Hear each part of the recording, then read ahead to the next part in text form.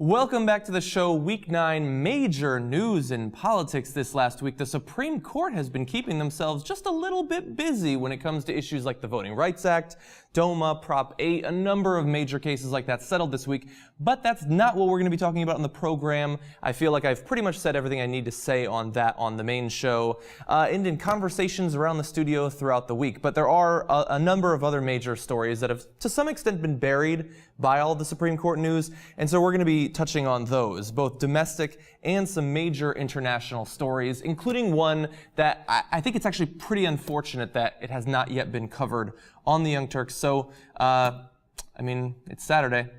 No way we can really resolve that except to do it on my own program. And so that's what I'm going to do now. Week 3 of the protests in Brazil, they continue to take their toll, and nowhere is that toll stronger than in the approval ratings of Dilma Rousseff, the president of Brazil. A survey was done 3 weeks ago and today by Brazil's largest newspaper, and her approval ratings have tanked. They have gone from 57% prior to the protests, which is actually not that bad, down to 30% earlier today, losing almost half of her approval. And specifically, these are people saying that they think that the government is doing a good or a great job. Now, to put that in some American context, for instance, President Barack Obama over the past few months has had both the IRS scandal, the AP scandal, the NSA wiretapping, the data mining. There's still lingering questions over Benghazi if you're watching Fox News. All of those scandals, and he's lost 10% of his support, perhaps. But no, in Brazil, much stronger reaction coming out of those protests. As we said, about half of her approval. Now, if you're not familiar with the nature of these protests, they started a few weeks ago, and the initial impetus for them was some hikes in public transportation fees that Brazilians had major problems with. But similar to the protests in Turkey, what started as a very simple issue in response to one policy that was being pursued has now widened to include a number of different concerns, including government corruption, high taxes, poor public services, and the many billions of dollars that are being spent on next year's World Cup soccer tournament and also the 2016 Olympics that are going to be held in Rio. Now, more widely in Brazil, these protests are not just popular amongst the people protesting, which are incredibly large crowds, by the way. We've got some pictures for you. 81% polled by that large newspaper said that they support the nature and the goals of the protests.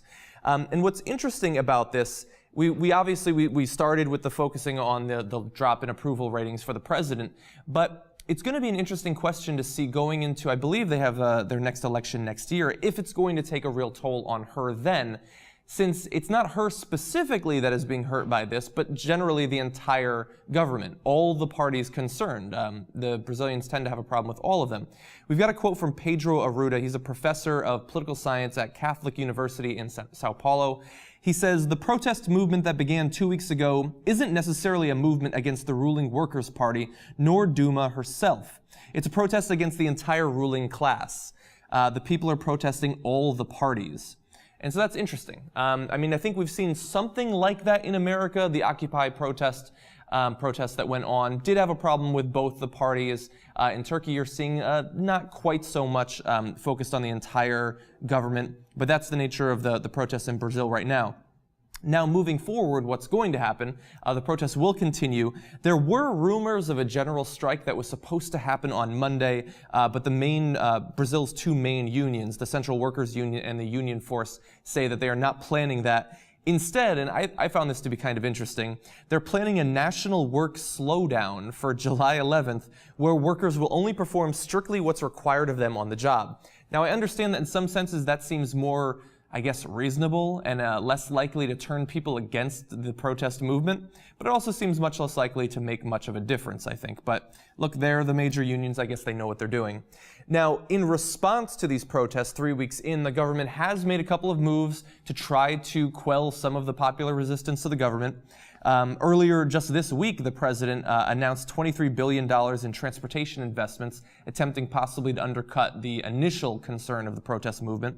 And also, she said that the government in the near future would be prioritizing a number of different reforms, including fiscal responsibility, the control of inflation, general political reforms, healthcare, public transport, and education. Now, similar to in Turkey, They have attempted to make some reforms there to try to take the wind out of the sails of the protest movement. I don't know if it'll be more successful in Brazil, judging by the size of the crowds and just the massive amount of anger that's been building up in that population. I kind of have my doubts that these are going to be enough to quell it. But we will continue to watch the situation in Brazil as it develops. And I guess I would have to say that as an American who rooted for the Occupy movement and was pretty disappointed when it fell apart without accomplishing much of its goals, I wish them the best. Now, moving to the U.S., where we're dealing with our own problems right now. Glenn Greenwald, the journalist for The Guardian, who was instrumental in conjunction with Edward Snowden in revealing the major information coming out of the NSA in regard to data mining, wiretapping, and all of the various ways that our privacy is being destroyed day by day in the United States, is not done with his leaks and his revelations yet. While the piece that he's referring to in the video we're going to show you is not yet revealed, he's going to give us a little taste of what more the NSA is doing to break our privacy rights. Let's watch. It talks about how a brand new technology enables the National Security Agency to redirect into its own repositories 1 billion cell phone calls every single day. 1 billion cell phone calls every single day. What we are really talking about here is a globalized system that prevents any form of electronic communication from taking place without its being stored and monitored by the National Security Agency. It doesn't mean they're listening to every call. It means they're storing every call and have the capability to listen to them at any time. And it does mean that they're collecting millions upon millions upon millions of our phone and email records. It is a globalized system designed to destroy all privacy. So I have to say that when I first saw that video, I was astounded by the number there. 1 billion phone calls every single day. I understand that we have some powerful computers in the world now, but that still seems pretty mind-boggling. I also wouldn't have guessed that there even were 1 billion phone calls a day, but hey, I guess Glenn Greenwald knows better than me. But anyway, so just as we had to try to figure out in the wake of the data mining, the wiretapping, the recording of phone information, the ability to tap into computers and things like that, the real question coming out of this newest revelation is, will the American public care at all? Now, the political class, us pundits, believe of course they're going to care about it. Their rights are being taken away. This is hardly American. It's super unconstitutional. And yet, we've seen the surveys coming out of the last few weeks after the previous rounds of revelations coming out of Greenwald and Snowden, and the American public doesn't seem to care as much as we would hope. So, latest polls coming out of during June said that when weighing the competing interests of investigating terrorism by invading our privacy in this way and concerns for their privacy, people 62% to 34% were more worried about national security. Now, I believe that this is kind of a false framing of what's up at stake right now. It's a false dichotomy. Having these programs does not mean that we're going to stop terrorism. After all, we had the Boston bombings long after these programs were put in place. And so I have to say that as someone who follows politics very closely, has a lot of hope for the future of America, it's more than a little disheartening that the American public doesn't seem to care about their constitutional rights being shredded. Now, I hope that Glenn Greenwald, in revealing this, and granted, this was at the Socialism Conference in Chicago, not going to get a lot of coverage. Perhaps when he actually publishes his piece revealing this information, there will be more coverage of it. I hope that people will care. I hope that when he reveals the other little juicy tidbits about the NSA that we don't currently know, that people will care. Something needs to be done, because really, I think Obama and the government, and also the Republicans, hoping that they will be in power in the next few years, they're watching to see what the response of the American public is going to be to this information coming out. And if 2 to 1 people think it's perfectly fine, why would the government do anything to curtail these actions? If anything, they would expand them in the future. It's only natural. The American public seems to be saying, we're okay with it. And that, as a liberal, I think is extremely unfortunate. Now, Snowden is out there. We don't know exactly where. We believe he's in Moscow. Now, we did send Cenk Uygur to find him in Moscow, and we don't currently know if he was able to do so. I guess the phone lines to Moscow are not all that robust. But Obama also was speaking recently about Snowden. Now, when asked what he was going to do to track down Snowden, Obama tried to make light of the importance of tracking down the leaker. He said that he wasn't going to be scrambling jets to track down a 29-year-old hacker. And as you can expect, many in both politics, in religion, different conservative organizations took this as an opportunity to hit him over the head with these quotes. Let's watch a little montage. Ecuador is basically laughing in the U.S.'s face over this. Putin is schooling Obama, and it breaks our heart. Putin would love the opportunity to stick his finger in the president's eye, and he's doing that with this. It has become clear who's running the Middle East and who's running the world right now, quite frankly. And that is a very, very dangerous position for the United States. But it just goes to show you how the mighty have fallen.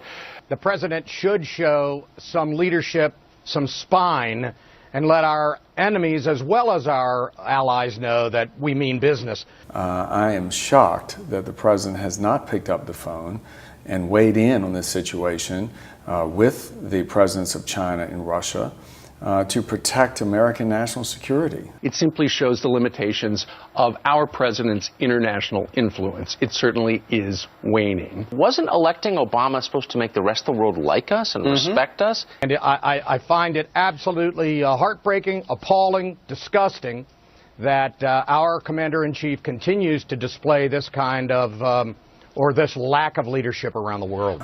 Yeah, I think the president's remark was kind of flippant, and I don't think it gives justice to this grave matter that the country's facing. Boy, that's the most arrogant display I think I've ever seen from this president. We have a novice in this president.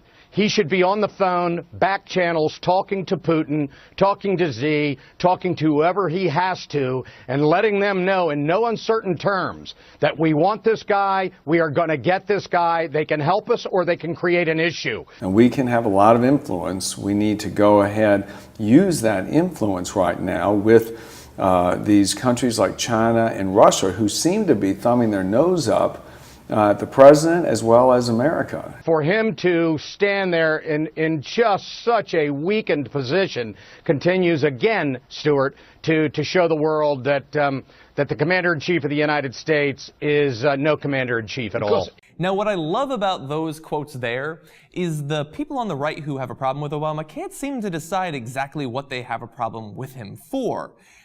They're saying right there, you're not doing enough to track down this hacker. Snowden revealed national security information, and we need to get him. You need to scramble those jets, Obama.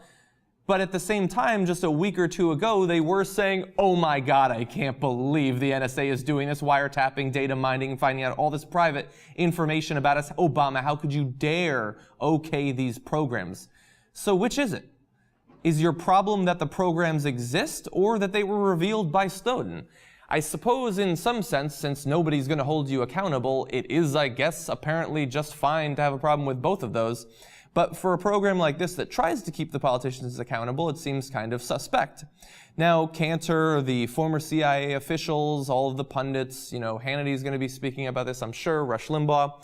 I think that you can have a problem with the programs. I have a problem with the programs. Now, I believe that there's some intellectual dishonesty to your position there, since in a few years, if a Republican is elected to the presidency, I have a feeling you're going to make a pretty quick 360, or I suppose 180, and have no problem whatsoever with the programs. But I would like some consistency here, especially because with the American public not having enough of a problem with these programs and Democrats not being willing to do anything to stop them, right now our only attempt, perversely enough, our only chance, I guess, perversely enough to do anything about these programs is that the Republicans will be able to generate some sort of opposition to them. And if their offense against Obama is as scattershot and weird and obviously hypocritical and obviously self-serving as this, I don't think that's going to be enough to get anything done to stop these programs. And since we have a closing window, a rapidly closing window on when the government might be willing to do something to stop some of these invasions of our privacy, that's not a good situation to be in. Okay. Moving to some lighter news. Not everything is as serious as the Constitution being shredded. Louis Gohmert is clearly a scientist, a philosopher, a deep thinker about a number of different subjects, but did you know that he's also an expert on the subject of sex, especially when it comes to sex education for the youth of America?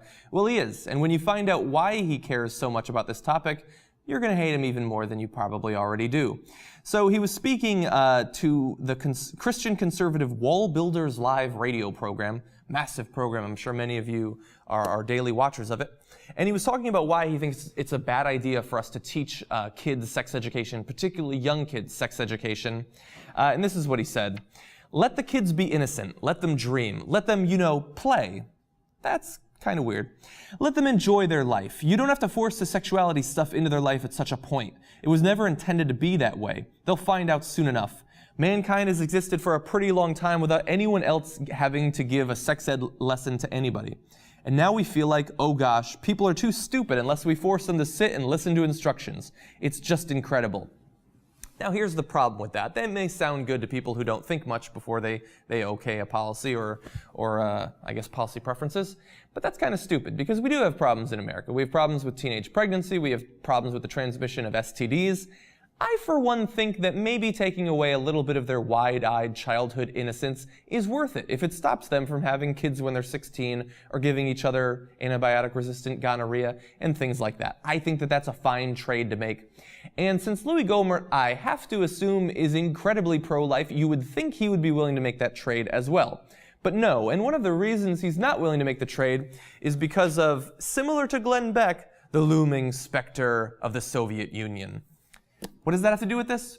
You would think nothing, but let's listen to how he tells it. And it reminds me so much of the summer that I was an exchange student in the Soviet Union back in the 70s, and I was shocked when they were saying, no, the children don't belong to parents, they belong to the state. And if any parent said anything in front of their children negative about the wonderful Soviet Union, then we will take their children away and give them to somebody more deserving.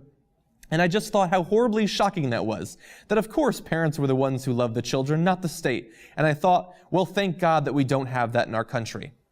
Yes, thank God that we don't have that in our country. Thank God that we're nowhere close to that, and increasing sex education for the youth of America would not bring us any closer to that. What the hell are you thinking, Louis Gohmert? I mean, I suppose when you're on a program like Wall Builders Live, you can count on both a fairly robust lack of education of the people listening to you and a need to strike out as a pretty extreme fellow. So maybe you have to bring up things like the Soviet Union. I guess we should only be happy that he didn't bring up Mao or Ceausescu or something like that. But this is not what sex education is about. It's about producing a better life for these kids once they become teenagers, once they become adults. When they become sexually active, we want them to be prepared for that, to know things about STDs and how to practice safe sex and things like that. When he would otherwise, I imagine, be speaking about the sexual morals of America, about probably STDs, certainly abortion and teen pregnancy and single moms and things like that, I have a feeling he's not going to strike up a tone that is so deeply relying on references to the Soviet Union. Now, maybe I'm the one being ridiculous since I'm expecting some sort of intellectual or philosophical consistency from Mr. Louis Gohmert. I guess we'll just have to wait and find out.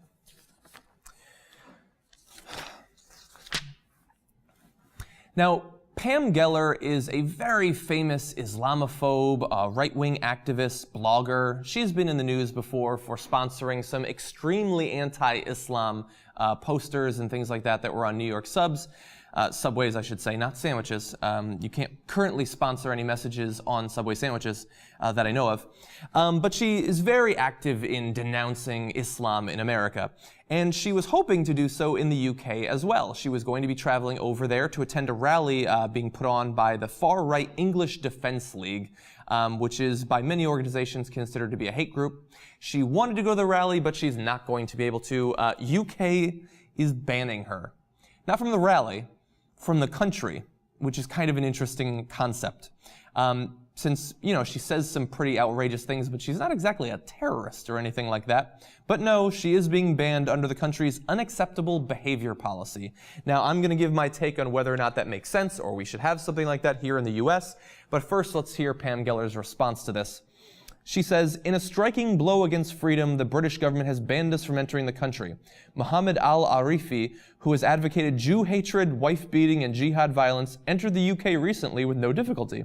In not allowing us into the country solely because of our true and accurate statements about Islam, the British government is behaving like a de facto Islamic state. The nation that gave the world the Magna Carta is dead. I checked into it. It's not currently dead. The UK still does exist. It still functions day to day. It's just not functioning with Pam Geller within. And so I don't approve of her response to this, simply because some Islamic cleric was able to get into the country, maybe because he doesn't have quite as high a profile as you, Pam Geller, since you're always sponsoring hateful messages on the side of things like, or I should say, as frequently traveled as the New York subway system. Yeah, he got in there, okay.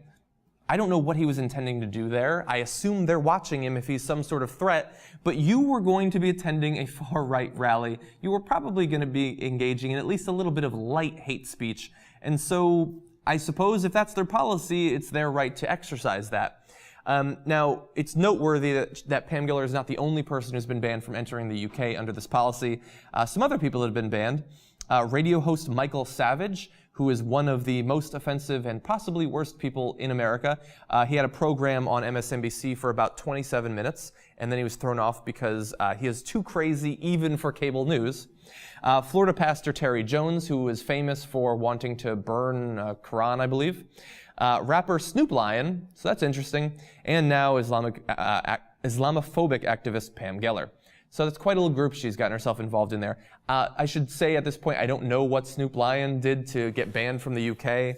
I think it's too bad for music lovers in Britain who might want to listen to his music.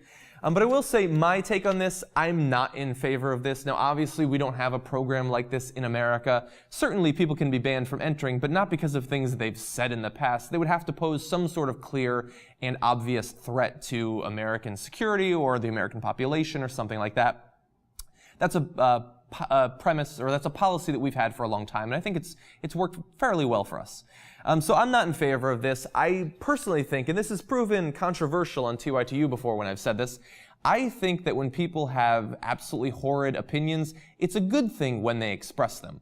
Because all too often, it's easy to forget that some of the philosophical or rhetorical excesses of the past are not gone just because we don't see them. There are Nazis still in the world. There are anti-Semitic people still in the world. There are absolutely horrid racists still in the world, sometimes on food and cooking programs. And so sometimes it's a good thing to be reminded of that. And if that means that they get to put on a little march and Sieg Heil and things like that, I think that that's an okay price to pay. I think that they will do the job of making themselves look ridiculous and making their worldview seem antiquated for you. And honestly, and look, people are already saying this in the wake of Pam Geller being banned, this only serves to create her as sort of a martyr figure for the English Defense League right now. And that's the last thing we want to happen. Now, another thing we would like to not happen, a man getting jailed for a little bit of perfectly acceptable American-style protest. Generally in America, in the last few years, the big banks have been no arrest zones. Any kind of wrongdoing can be going on there and you're not going to be arrested. But it turns out that if you're on the sidewalk in front of it, you can be arrested, even if you're just protesting in a very innocent and, I think, completely harmless way. So I'm referring here to Jeff Olson of San Diego. And a while back, not even this year, back between February and August of 2012, he was protesting his opposition to the big banks by chalking some slogans on the sidewalk.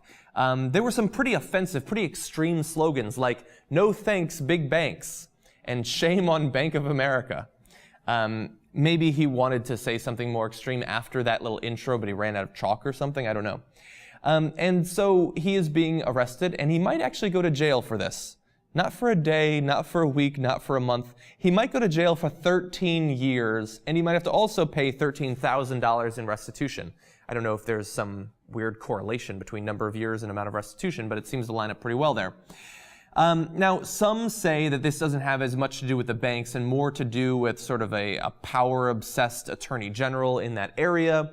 There's this weird political feud going on between a man that Jeff Olson had worked for and that attorney general. I don't know if that's the case, but I do think it's interesting that it was a protest against the banks that led to this. And I think it's pretty obvious that considering the slogans and the fact that he was just using chalk, that seems like a very extreme response. But he says, to completely clarify it, that he always did it on city sidewalks. It was washable chalk. I think all chalk is pretty much washable, but maybe this is extremely washable. They were never crude messages, which seems to bear out from what we've seen. They were never vulgar, and they were clearly topical. Look, I, as a college student, chalked more offensive things out in front of my dorm, and I didn't have to go to jail for even 13 hours, let alone a decade and a third. And this is ridiculous. This is not even just ridiculous because he's being arrested. It's actually ridiculous if you're the banks. Because we've gone extremely easy on the banks. They really dodged a bullet. And the last thing they need right now is to appear to be not even really Big Brother, but to just be so above the law and so harsh in cracking down on average Americans. They already do enough of that when it comes to repossessing houses and things like that. But if this guy goes to jail for 13 years, which it might be a much shorter term, that's totally possible at this point, that is going to make Bank of America look absolutely horrible. And you can bet that it's going to appear in anti-BOA ads in the future. So whether you're just an average person who wants Americans to continue to have the ability to protest in a nonviolent way, or if you're an executive at Bank of America or the other big banks, this isn't a good thing for anyone. Now, at this point, we've got a couple more stories we're going to get to. I am going to take a short break, rest my voice for a minute, but stay tuned. We've got some awesome info on the unveilment of the first monument for atheists in America. We've got updates on Paula Deen and also a new fat tax at an airline, but not what you might expect. Be back in just a minute.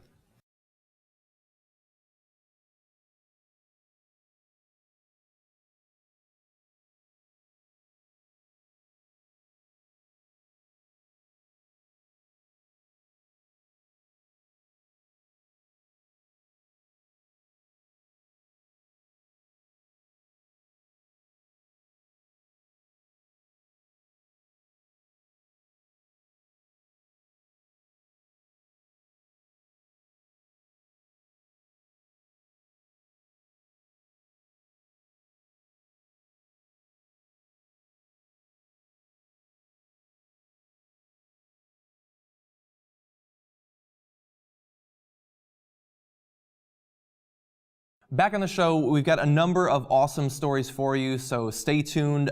First, we're going to be starting off with an update on Christianity and atheism in America and the constant struggle between them. When I was growing up, I was taught, I think, fairly obviously and fairly early about the separation of church and state, and it would seem like that would be enough to stop religious monuments and other expressions of religious faith on government property, you would think. But this is America, and so in many states, including Florida, there's been a concerted effort by Christians to put up as many Ten Commandments and crosses and things like that as they can. And now, finally, there's a bit of pushback from atheists. So they have unveiled just this morning a monument in Florida. We've got some details on you. It's a 1,500-pound granite bench with quotes from Thomas Jefferson, Benjamin Franklin, and also the founder of American Atheists. Now, it might seem like, you know, if you're opposed to the Christian monuments, you should be opposed to the atheist monuments as well. And we will certainly get to that. But first, I want to talk about the strategy behind the creation and implementation of this monument and the other monuments to come, because this will not be the last one. So we have American Atheist President David Silverman. He was talking about why they did this. And he said, we're not going to let them, they're referring to Christians who've set up monuments like this at courts and things like that, we're not going to let them do it without a counterpoint. If they do it without a counterpoint, it's going to appear very strongly that the government actually endorses one religion over another, or I should say religion in general over non-religion. He says also that when these monuments are put up historically over the last few years, it's often defended under the idea of freedom of speech, that, you know, this isn't forcing religion on anyone, it's simply allowing different groups to put up I guess the statues and things like that that are important to them. He says that that's one of the tricks that's used because they go up and call it a free speech zone and then they're unopposed. They get their government legitimization because nobody else calls their bluff and puts something in. Now, I think in an ideal world, the counter punch to this would not have been putting up an atheist monument. I personally think that neither of them really have much to do with federal courts in the first place. I think that having neither of them would have been a good place to start. But that battle has been fought over the last few years, and atheists and non-Christians, even the ones with belief, have lost that at this point. And the Supreme Court doesn't seem to really care at all.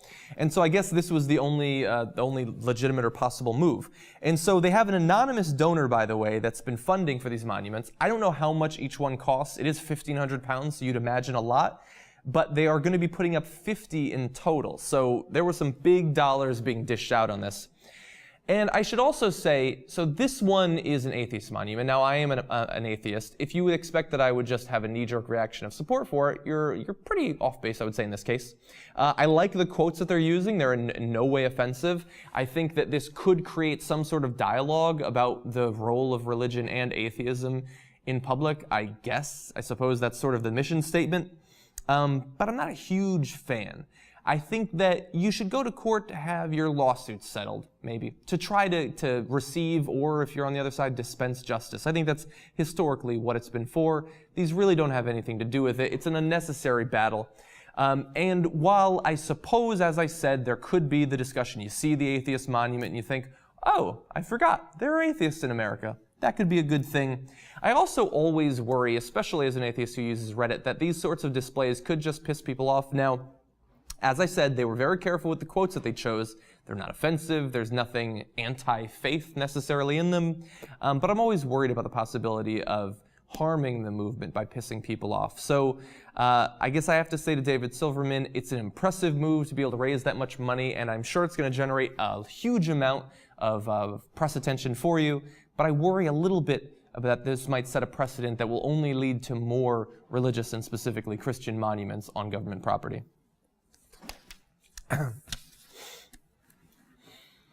Paula Deen's horrible month continues, so we're going to give you an update on the news in regard to her business dealings, which one continue, which ones have been eliminated, and I also want to respond a little bit to some of the commentary in the comment section under the last Paula Deen video we covered, but we're going to do that in just a couple of minutes. First, she lost not only her latest book deal, it was almost certainly going to be a bestseller, that has now been suspended. Her business dealings with Walmart, with the Food Network, are currently kaput.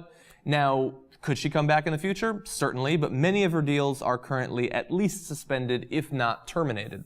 Also, by the way, I thought this is sort of an interesting one. I didn't know that she had this business dealing, but she worked with Novo Nordisk, which is a pharmaceutical company that deals with diabetes drugs, and she had some sort of sponsorship with them. Now, they're not saying that they've terminated the business dealings with her. They've just suspended it for now. I imagine they're very closely watching how people are going to continue to respond to Paula Deen, but it's currently suspended. As I said, she lost her TV shows, she lost her book deal, so it hasn't been going very well for her.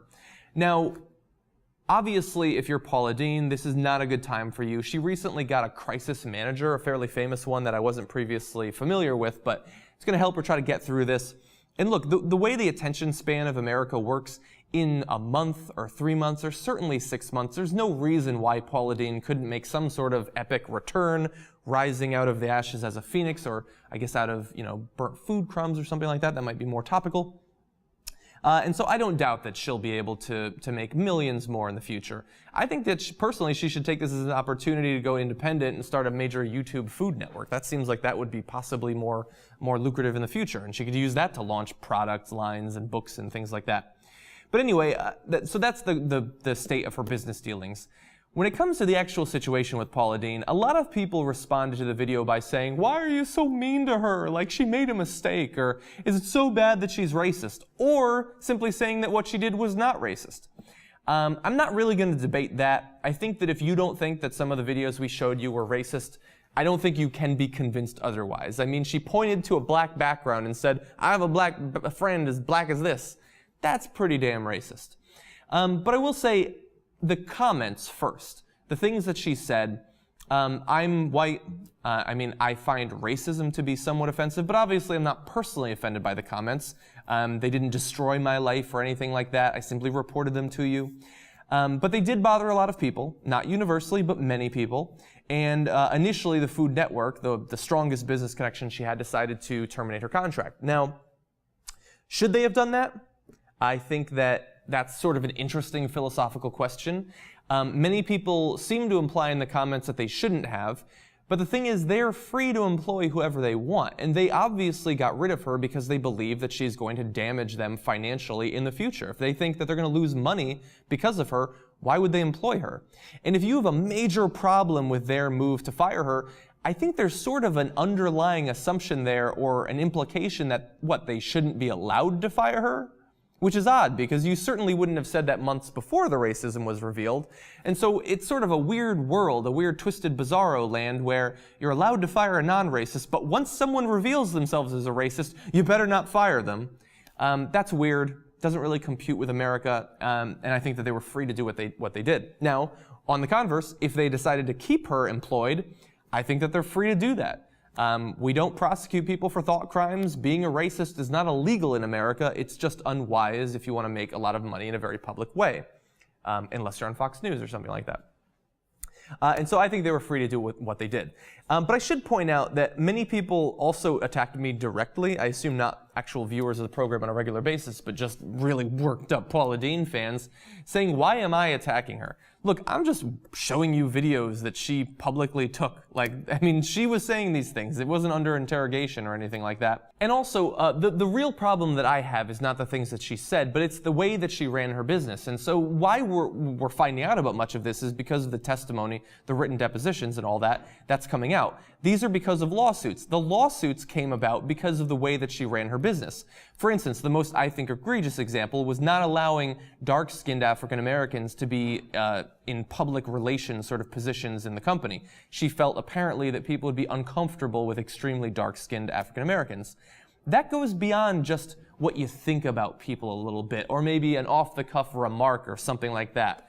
That's the way you run your business. That's the sort of discrimination that is not legal. You can think whatever you want, but there are protections in terms of how you run your business when it comes to race amongst other protected groups like religion and sexual orientation and things like that. And that's where it becomes a major problem. You're allowed to think whatever you want. To some extent, you're allowed to say whatever you want. And certainly in America, if Amanda Bynes is any example, you're allowed to tweet whatever you want. But when you actually are impeding people's progress within the company because of your racist beliefs and your racist upbringing, that's where it becomes a major problem. So that's all the Paula Deen we've got for you today. Unfortunately, no new juicy quotes or videos came up, but we will be watching at least for a week until we, like the rest of America, forget about it, and then a few months go by and she comes back and starts selling ways to make tastier donuts or something. That's gonna happen. Now, speaking of food, or at least the effects of food, you may have heard of fat taxes on airlines. There's at least one, Samoa Air has a fat tax where if you weigh more, you have to pay more to be on the plane. And there are certainly other airlines that have considered doing this at various times. Now, they're extremely controversial, especially in America, where we're both fatter than average and also very defensive about being fat. But it sort of makes sense, kind of. I mean, the plane does require fuel. You use more fuel if the plane is heavier, and so if you are unnecessarily, I guess, burdening down the plane, maybe you should pay more. We'll have that debate on another episode. But an Indian airline known as Go Air is instituting sort of a fat tax, but not on their passengers, and that's what makes it so interesting. So in the future, they're only going to be hiring women. And the reason is that women on average are 15 to 20 kilograms lighter than men. I don't know what employment laws are like in India. I would have to imagine that would not be legal here, especially because it would seem to be a bullshit reason to only hire women. If it was happening in America, and probably in India as well, we would assume it has to be because we think that the women are sexier, that more people will want to fly in the planes or something like that. That's sort of the stereotypical idea of stewardesses, which we've moved past to some extent. You'll have to watch episodes of Mad Men to see it in the present day. Now, the airline's CEO, the Go Air's CEO, Giorgio Deroni, who I have to imagine is not an India native, he says that this is not the only way that they're trying to cut weight. That he also said the size of in-flight magazines has been reduced. The potable water tanks are no longer being filled to capacity, as only 35 to 40% of that water is actually used. Now, that also sounds kind of BS. I have to imagine that cutting out a couple pages of the magazine isn't going to relieve the plane of a lot of weight. But if you believe their math, changing out the male stewardesses and flight attendants for females will save them up to $500,000 a year, which is certainly a considerable amount of money. But I would have to imagine that that's not, for one, the best way to save money. Possibly not the actual reason they're doing it. I think that it possibly is just a way of advertising that, look, there's a lot of women on the plane or something like that. And the reason that I believe that, and the reason that I think that this would never work in America, is if your reasoning for only hiring women is that they're 15 to 20 kilograms lighter, why don't you just have a policy where you only hire light people? Or a man who weighs 15 to 20 kilograms lighter than the average man could be hired. Because the policy as it stands seems to indicate that even if you're lean as a rail, as a man, you cannot be hired. And there certainly seems to be nothing there that if a very voluptuous woman were to apply for Go Air, that she would not be accepted. I guess we'll have to wait and see. Interesting note, they are of course not going to be applying this to current employees, so if you're a guy or perhaps an overweight woman right now working for Go Air, you're not going to get the boot. But in the future, it will have an influence on how they hire. As the price of airline tickets goes up, as other airlines attempt to find ways to save money, it's going to be interesting to see if this spreads stateside. They've pretty much done everything they can do here, from making you pay for every single piece of luggage you check to making you pay for the Sprite and the nuts that you eat on your flight. Maybe this is a bold new world for airlines to go in. Anyway, I want to give you an update on news that we spoke about a month ago. Earlier last month, Tesla was hit by a couple of lawsuits, or pieces of legislation, I should say, in North Carolina and Texas that would have made it basically impossible for them to function in those states. And it was grim times for Tesla because other states were watching this and could possibly try other pieces of legislation similar in their own states. But now, at least in North Carolina, and we're seeing glimmers of this in states like New York, things are looking a lot better for them. So the bill that was going to take place in North Carolina, which at the time had passed in the Senate, did not receive as good of a welcome in the House, and it's currently being scuttled, and for possibly an interesting reason, actually. So Tom Tills is the Speaker of the House. Right before they were going to vote on this, he got a test drive in a Tesla Model S. Sort of weird timing there, and he's not in favor of the legislation anymore. Tesla's Director of Public Policy, James Chen, was asked whether or not he thinks that this test drive had an effect, and he was like, I'm sure it did. Now, they didn't give him a Tesla. It wasn't like a bribe or anything like that, but maybe the simple act of driving an all-electric car that's extremely luxurious on the inside and can do 0 to 60 in 4.4 seconds while also going over 280 miles on one electric charge, maybe that's enough to sway his mind. But at least in North Carolina, which had seemed like ground zero for these sorts of laws, it's not going to happen. We'll have to see next year if they take it up. A couple of senators are quoted here as saying they're not going to go back to it, but you never know. There was also a bill in New York State that would have made it impossible for Tesla to register any retail locations. That also is not going to happen now. It could be pushed back until next year, although again, some senators are saying they're unlikely to take it up. We don't know in New York if test drives had anything to do with it, but that's a possibility. And also, on a separate note, I recently saw that New Hampshire specifically had legislation saying Tesla could open stores in their state. Since this is a U.S. automaker, since it is doing extremely well, having repaid its loan to the U.S. government 9 years earlier than expected, turning a profit, and also developing powertrains and batteries for other companies, including Toyota and Mercedes-Benz, it seems like you would not want to ban this company from operating your state and possibly in the future opening up factories in your state. That seems like wise business sense to me, although I'm not receiving checks from third-party dealer lobbyists, so I guess I don't have the financial incentive to act in a way that Texas at least currently is. And so I find this to be great news as a potential future EV buyer, as someone who wants American auto manufacturers to be the best in the world, and someone who, despite my liberal roots, believes pretty firmly in the free market. I want to see companies like this able to engage in business in all states. And I especially like that you knock these down early, you take it out in North Carolina, you take it out in New York, and maybe it'll stop other states from doing it.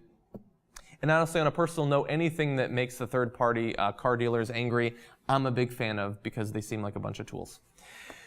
Finally, that's all the news we have for you, I guess.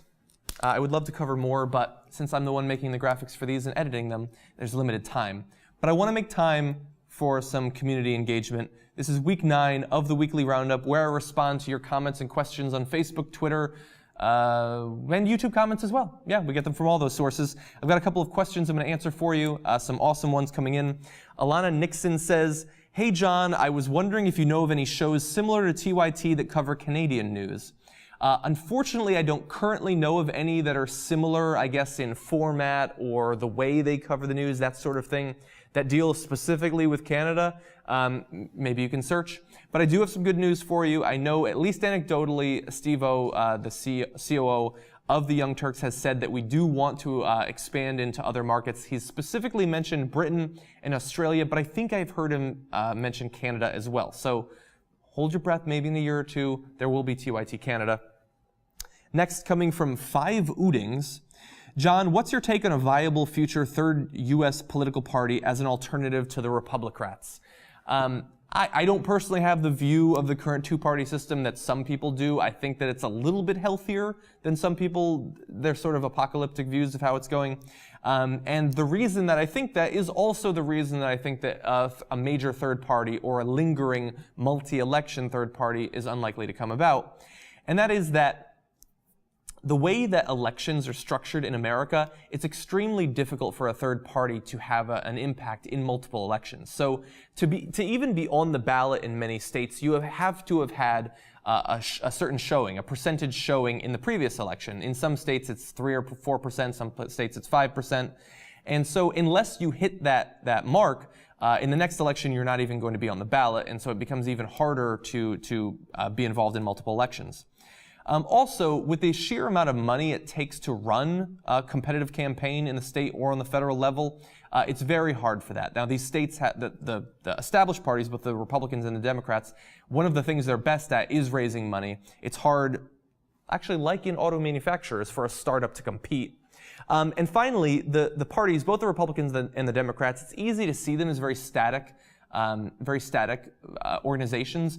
But one way that they're particularly robust, one way that they're particularly adaptable, is when they see a new interest group making a big impact on an election, like the Green Party, for instance, did a couple of elections ago. One of the parties will have an incentive to incorporate that, to digest that, and have those people vote for them in the future. And so we've seen that a couple of times. I mean, sort of the Christian right becoming an increasingly strong part of the Republican Party, the Greens with the Democrats, and things like that, environmentalists, everything. And so for those reasons and many more, which I'm sure you can find multiple dissertations on, it's probably not going to happen. Let's see. Sports News Maniac said, do you ever regret not finishing up your PhD? Dr. Iadarola has such a badass ring to it. I do regret it in some ways, I suppose. I think it's natural to regret, I guess, what you don't have when you make a major life decision. And I'm sure at some point in the future, I will look back and think, if I just held in there and I just finished, the last 6 or 9 years, I would have had it. That would have been great. But no, in general, I don't regret the decision at all. I am in the best position in my life right now. I like pretty much every aspect of my life, and that can be, for the most part, tied into making the decision to not finish my PhD. So no major regrets yet.